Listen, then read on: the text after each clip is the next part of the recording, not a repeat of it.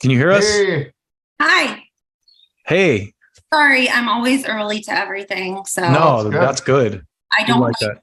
I have anxiety with being late. So as soon as it's about time.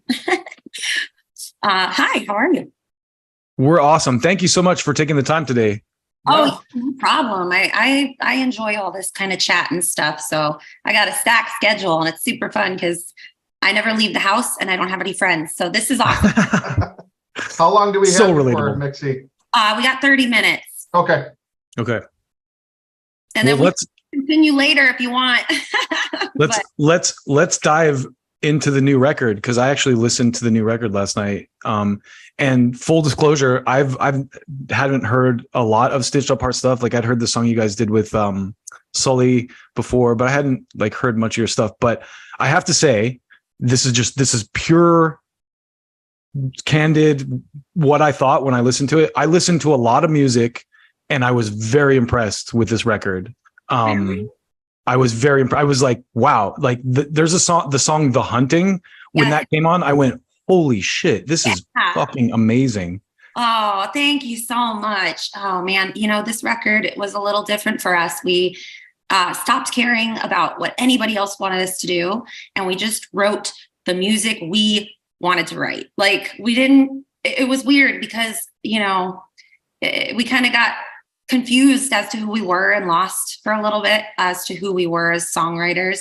And I think we've also grown. So we kind of went back to some of our original roots from the very beginning, like the original vision I had for the band. But then with like all of the experience and knowledge and writing that we've gained over the time. So also our producer definitely kicked some butt on it. Mitchell Marlowe, he always just busts out the hits. Well, So, I've listened to your bands for several years now, since the first album. And this one is definitely different. I really like it. It feels like it's got more freight to it. Like it's packed more. Really heavy. So I like it a lot. Thank you. Yeah. Our guitar player actually has been really working on his like programming and all of that, like industrial elements and all of the layers and weird kind of stuff you hear. And we also had Jim Kaufman come in and do some programming as well. But me and our guitarist absolutely love, I mean, he's a death metal kid. Like he's an industrial, like black metal, death metal, like, that's his lane. So we meet in the middle to create what we create. But yeah, so we definitely were as authentically ourselves in what we wanted to do on this record. And so I think it shows, so I appreciate that. Yeah. my favorite song on the whole album is Part of Me. And I love that song because it starts out almost sounding like a Nine Inch Nails song with that keyboard thing, and then by the end of the song, it almost sounds like an '80s metal song, like a Rat or a Motley Crue song. There's a riff in there that's like a classic metal song. Yeah, standard tuning, all the good stuff. But it's it's definitely a different song for the record. But I think that the album probably calls for something else aside from just the same kind of feel for everything, Yeah, it's not the heaviest song on the record, but it was the one that stood out the most to me. Like after I listened to the album, those two songs are the ones I went back and listened to again, The Hunting and Part of Me. Oh, wow. That's really cool. Yeah. The Hunting, man. We did 4 music videos for this record, and The Hunting was definitely on top of one of the top ones in my list. And because there were so many good ones on the record that we didn't know which one to do. So I'm going to try to see if I can get a music video out of that later. That riff that's what we would put, Joey. Like we could put that song on the Face Melters playlist. Like that. Yeah, you got to have that stink face too, right? Yeah. Good stuff. I love that track. It's super driving. I actually wrote the lyrics to that in a forest. I'm a visual person, so I was kind of like trying to embody the feeling it would feel like to be in the forest as a wolf, like out to catch your prey. And like I was like scaring some of the hikers, but it was just, I tried to like really engulf it, and it was actually really fun to write. That sounds like a theme with the album, the prey and preyed upon thing. Yeah, I kept, it's weird. Everything was very visual from the very beginning. The album art was done over 2 years ago. I actually had like silver blue hair in the original album art. And our A&R guy, Mike Gitter at the label at Century Media was like, hey, why don't you write songs based off of this photo? And so we kind of like, focused it on something like more fierce and I'm not angry as much as just a lot of energy and a lot of like out for blood and just ready to attack kind of thing. Yeah. That definitely came across. Thanks. I mean, I do like to write about like the human emotions. Like in the Never Alone record, there was a lot of like, we just got signed, we were super hopeful, there's a light at the end of the tunnel, yay, yay, yay, everything's going to be okay. And then you got Darkness, which came out 2020 appropriately because I was super emotional. Dealt with some vocal cord surgery and all that stuff. So it was a lot. And I was super introspective. So you can hear in the lyrics, I was like a sad girl, a little emo. But and then this one, I was just ready to get out of the cage of the pandemic and just go out and fight and just like fight for it, So you can hear that for sure. Yeah. I don't know if this is a dumb question, but since you talked about your vocals, how do you switch between such a beautiful singing voice and then these intense screams and growls and stuff? How do you do that? I just practice a lot at home on the switching in between, but with Possess Me, for example, where the vocals are like kind of low and then you have to build a little tension and then you use your diaphragm for the tension. And I try to get as quiet as possible. I'm a sound guy's worst nightmare because I could whisper and then I'm like belting and he's like, whoa, calm down. And then the screaming, I don't know. It's just like a different placement. The way that I was taught how to do the low guttural screams, you could go like, who let the dogs out? Who? And that's kind of the low. And I got myself in trouble in the studio because I was just barking for like an hour once I learned it. And he's like, stop barking. And I had to get out on vocal takes on the soft stuff for a little because I was so excited about my new tool. That's cool. Sounding like a wolf. Yeah, I have no idea how I switch. I think it's just practicing. I've been recording my vocals while I rehearse so that I can listen back, and which is hard to do as a singer. We don't like nobody wants to look at themselves in the mirror and really look and dissect all the things they want to work on. And I couldn't face myself for the longest time. And I've learned that I have to put that aside because everybody else is going to hear and see what's out there. And now I just take it on the chin and try to fix the things that I feel like I like the tone different, or I thought it sounded a lot cooler in my head, so I just play That's how I feel about my voice too. But yeah, it's like when you hear you leave a voicemail and you hear your voice and you don't know that's what it sounds like because in your head it's different. So I just have to really dissect it and dial it in. So one of the things I like to ask people to do is kind of go through the history of how they got to where they are, just kind of like a brief history on your band. I read a little bit about y'all, but it seems like you're obviously kind of the captain of the ship, but talk a little bit about, how you got your band together and how you got from A to B, why we're here today. Oh, okay. You got time for that? Yeah. I mean, as deep as you want to go. I'll consolidate. We got time. Yeah, I'll consolidate as much as possible.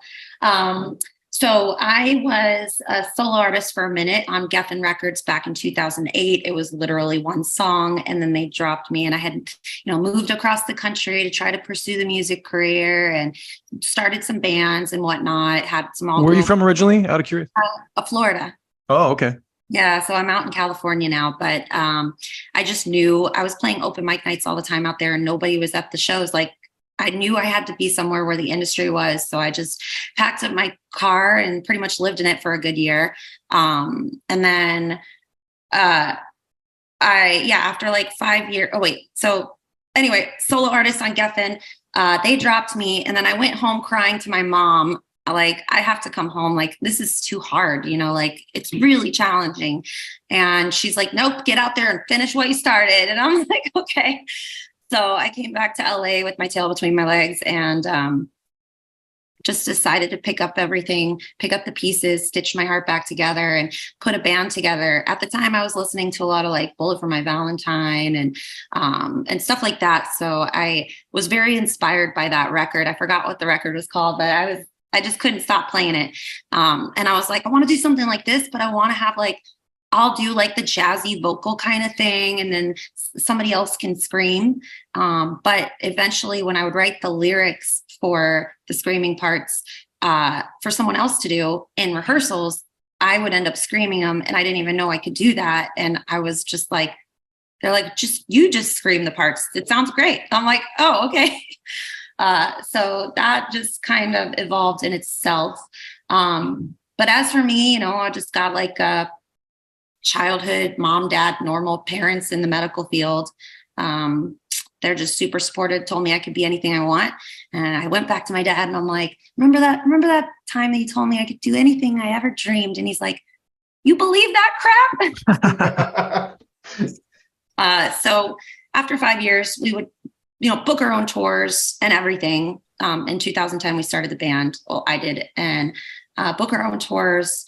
It took forever to get signed. It wasn't until I stopped drinking in 2015, the president of the label, Don Robertson of Century Media at the time, was like, here, I'll help you get sober. If you can stay sober, then I'll sign you. And I was like, okay, make sure you want to sign us though, because I don't want you to sign us if you don't really want us. Like, if you don't have the time or anything like that, or don't care enough, don't sign us, So we had an agreement. I stayed sober. It's almost 9 years now. Good job. Thanks. Yeah, I don't know what the hell. But yeah, and after like a month of working on myself and stuff, then we signed the deal, got the booking agent, management, all that stuff happened. And the first record went to radio super fast. Nobody was expecting it. So the second record, I think, didn't know what to do. Because we were told by a lot of people we needed to be this way, and other people wanted us this way. And I'm trying to absorb and take direction in different aspects. And everybody was kind of, I think there was just too much pressure on the second record. And I mean, releasing it March 2020 didn't help, but we lost ourselves a little bit. I love the record, but I feel like I missed out on all the screaming. I missed out on some more heavy riffs. The second record was more vocally melody driven and a lot more electronics. So I think that this one is probably, this is definitely my favorite record for sure. 100%. I love all your records, Mixi, but yeah, this one, when I listened to this one, I was like, whoa, where did this come from? Because this is heavy. It's in there. It just needed to come out, and I needed to stop worrying about everybody else, what everybody else thought, and just care about what I liked, When y'all write, how does that usually come about? Do you come in with ideas, or do y'all just get into a room together and bang it out, or explain that a little bit? It's kind of a collaboration of whether or not our guitar player, he likes to write in the box. So he's usually on the computer writing all the time. Like, I never see him. He's always at a studio. So he's working on the next one now. Like, he's just writing and writing and writing and writing. And then I kind of pick which ones I like. And Mitchell Marlowe, he also does some writing as well. And he has a little team of people that help with like top line and melodies to help make my melodies even better.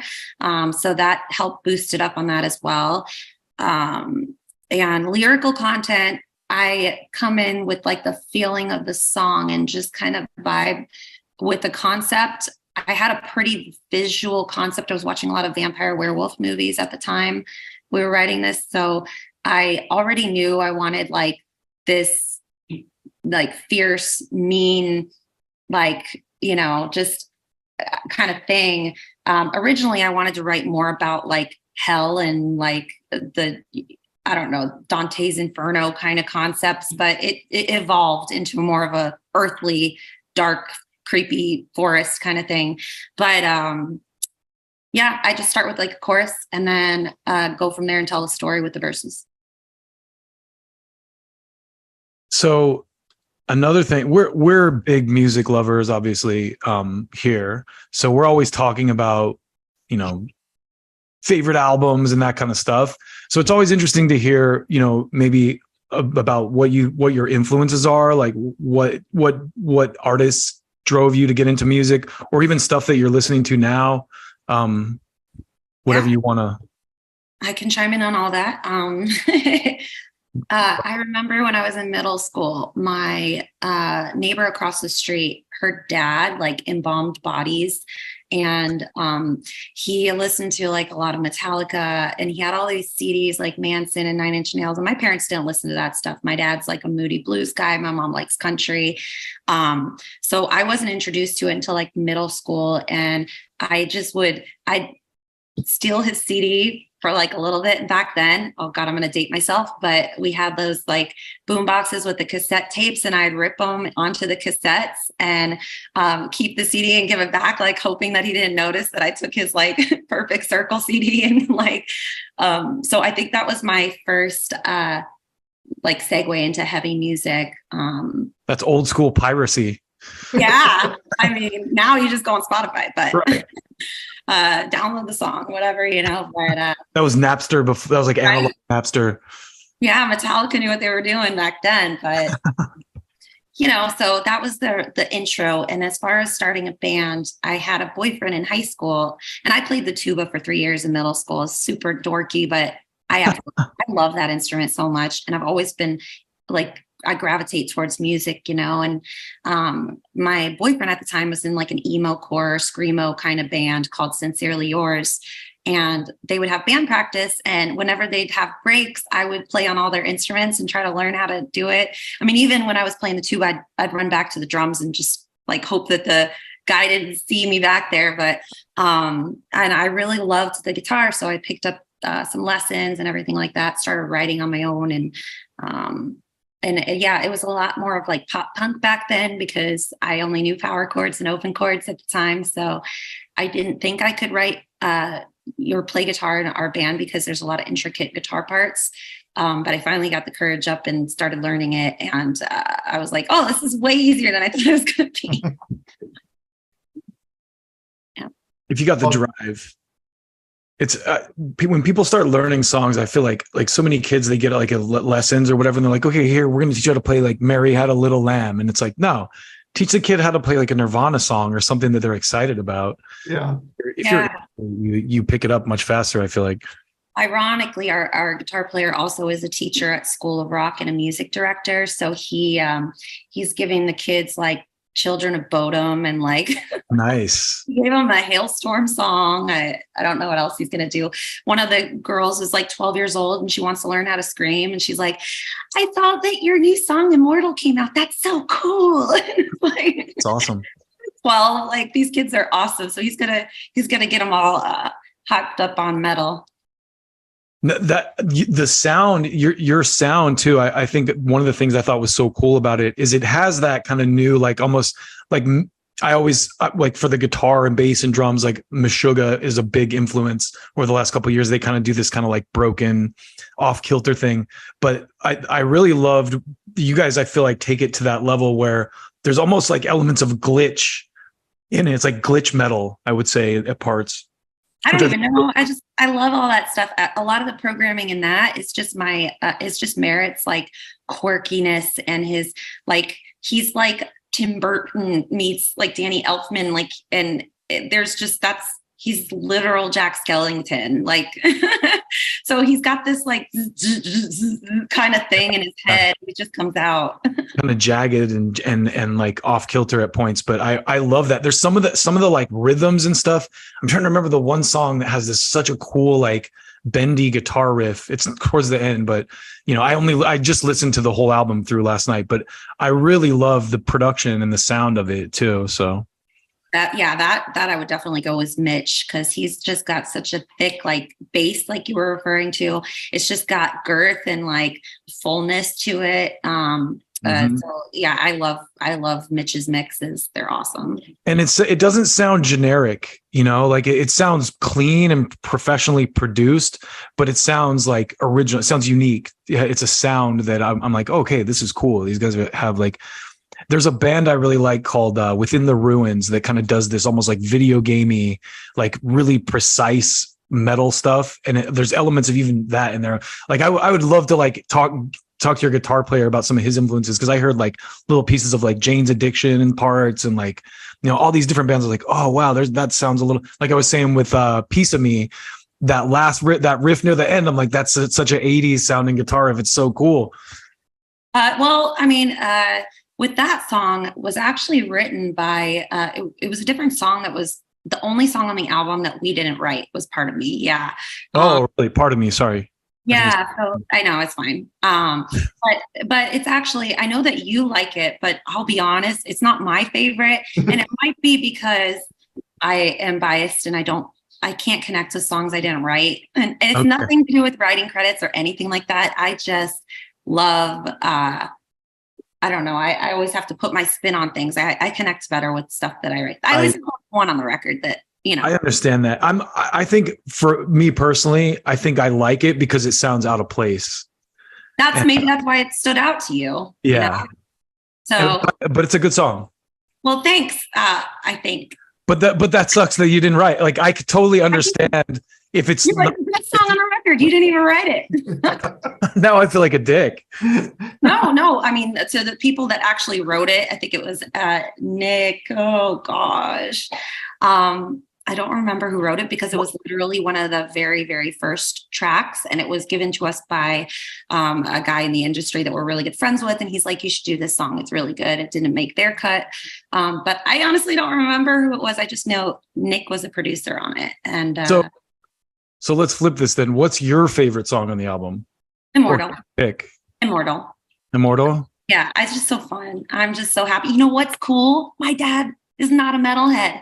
I talked to him yesterday and he's like, so I heard the new song. And I was like, I know, Dad, it's not your taste. It's totally fine. You could skip it. And he's like, no, I actually like it. I'm like, yes. Okay, cool. So that means that it can be digestible by people that don't listen to that kind of music. So I'm like, I did my job. That's awesome. That's cool. I wanted to ask you about my favorite though. And hopefully you wrote it. The Architect. Yes. Could you give me a little backstory behind that? Like, where's the inspiration behind that? There was a lot of angst in that one. I could hear it. There's a lot, and I don't want to get too detailed into it, but let's just say that sometimes people in your life you have to leave. And I'm a very loyal person when it comes to people I surround myself with or work with and things like that. And sometimes you just got to know when it's time. Like, I think there's this quote, sometimes people are in your life for a reason and sometimes people are in your life for a season.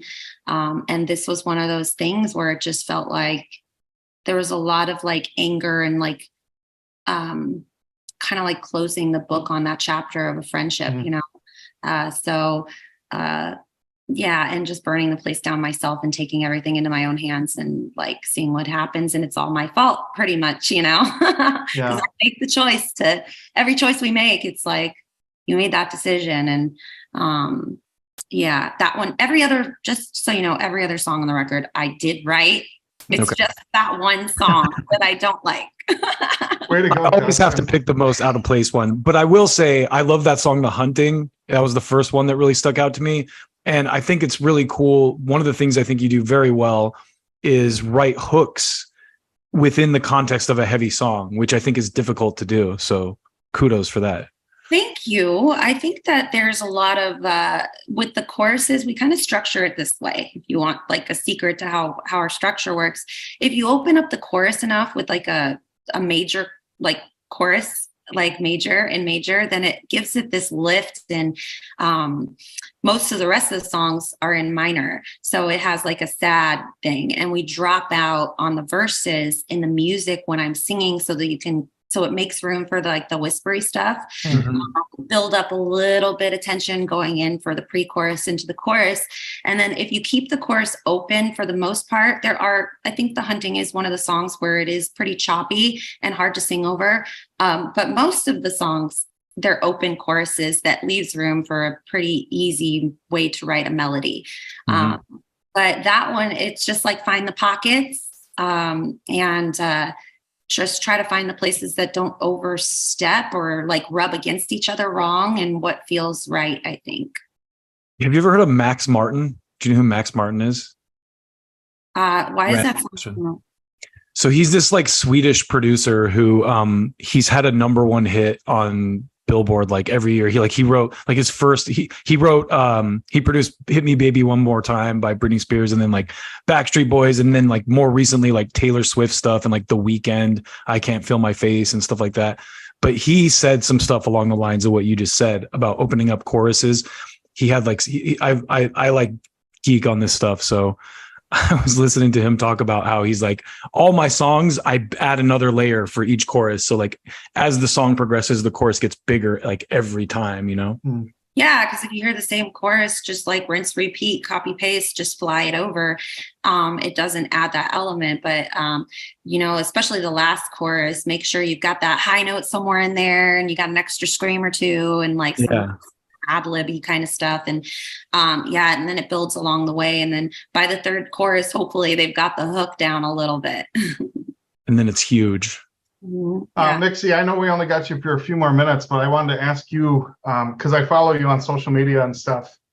And I wanted to ask you, like, how did you get into the animal rescue thing? Because that's something that seems like you're really passionate about. And you're always posting these pictures of cute kitties and things like that. And I just wanted to ask you, like, how did you get into that, and how long have you been doing that?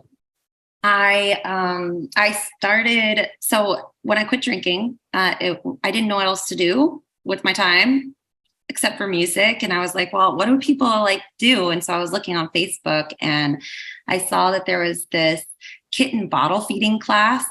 And I just thought that sounded so fun. Sure. I don't know what to do.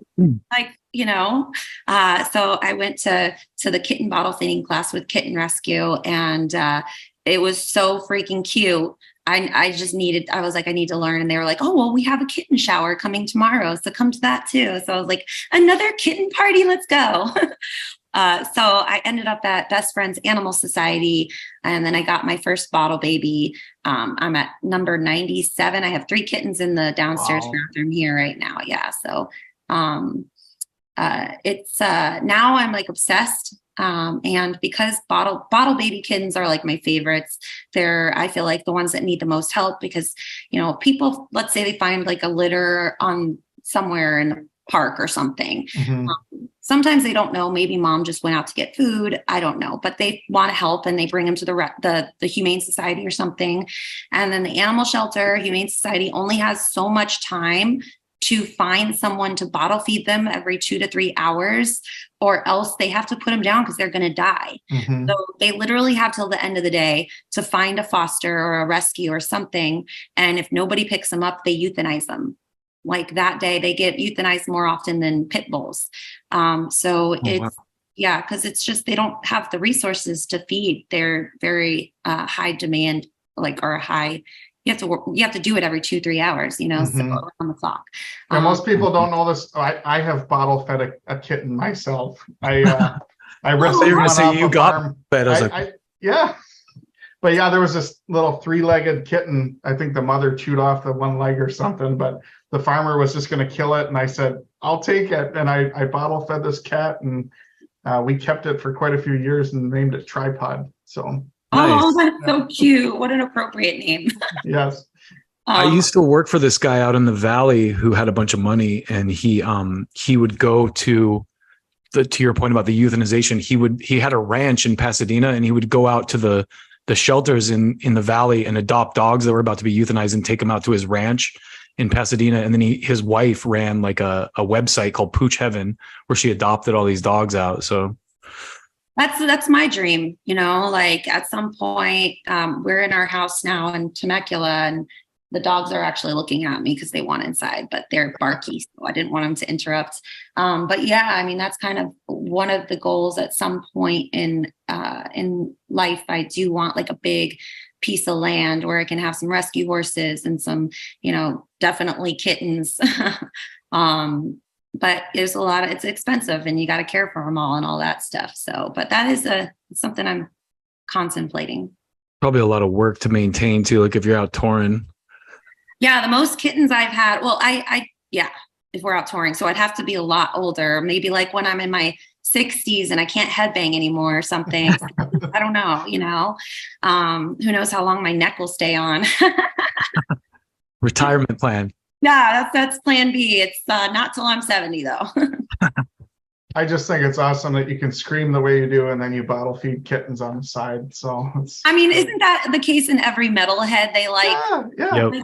they like pink and like rainbows and things like that. Like always, it's total like metalocalypse, Yep. You got to be calm in your life so you can be chaotic on stage, right? Yes. 100%. Like when I'm home, I'm listening to like Beethoven, I'm painting. It's so quiet here. Even the dogs are loud. And then I scream for like a little bit when I'm rehearsing. And then I go back to peace and calm and zen and meditation. Do you sell your paintings? I do. This is one that I'm still working on. Oh. I haven't finished it because I think I want to keep it, but I'm scared. Like it's one of those that I don't want to let go of because it's the album art that I was painting. But yeah, I got a blank canvas right here that I've been staring at. I've been staring at for quite a while. So awesome. I got to get back to it, and I sell them on the road and stuff like that too. Cool. Super Well, cool. next time you come to Minnesota, bring some along, and maybe I'll get one. Yeah, I'm so bummed we're not going there on this tour, but Me too. Yeah, hopefully. I mean, obviously, we want to be out on the road as much as possible. So hopefully, we come to you guys Next spring. Don't come in the winter. Yeah. I'm betting Eric is catching you guys in because you guys start in Salt Lake on this tour. I saw the dates, but I'm based in LA, so if he doesn't catch you guys, maybe I'll come out and catch you. Yes, let me know. Blasco. I'll make sure you're taken care of. Blasco. I've never played that venue, but I've seen like Lacuna Coil there and stuff like that. Yeah, I've seen a bunch of bands there. It's a good venue. Nice, isn't it downtown? Mm-hmm. You have to step over home people to get to the thing. Oh, Terrible. Yeah, we did that with 1720 in LA. It was like, but I think I have to call this guy.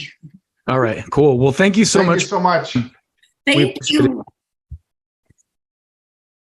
And when does the album come out? It's September 1st to the Wolves. There's pre-orders now if you want to go to stitcheduphart.com. Awesome. It's heavy shit. I was very impressed. Like I said, I don't say that to anyone. So. And that next album, Mixi, you got to get a tuba on there. Oh my God, right? On the fourth album, sneak a tuba in there. Tuba somewhere. solo. Yeah. Oh, I've already mentioned this over and over again. I think there might be some tuba MIDI in there somewhere. Yeah, you got to do it. Throw it in there. Yeah. You do not have the look of a tuba player. I just love tubas. They're so cool and weird, and I'm weird, so it works out, Hey, horns are cool. Everybody's a little horny. All right, guys, have a good. Thanks for your time. Take care. Thank you. Bye.